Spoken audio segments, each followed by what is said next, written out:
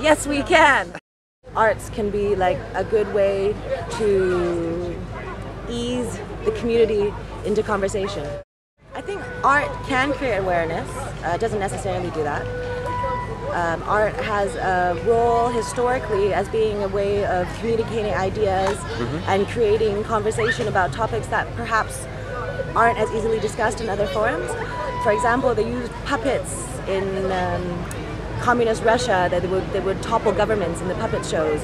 And if these things were said by people, they may be shot or hung. Yeah. But because there was puppets through this art form, then it's more easily disseminated. And also I think art is a good way of attracting people. For example, people today I was speaking to, they said they came because they heard the music.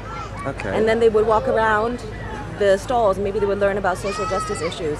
But it was the music that attracted them into the festival today. It can be an interesting way because I think it can engage people on so many different levels and speak to people who maybe wouldn't feel the same way from reading a newspaper article or seeing a documentary. If they feel it in a more emotional level, some people may react to it better. I think people aren't getting a very well-rounded image of what's going on sometimes.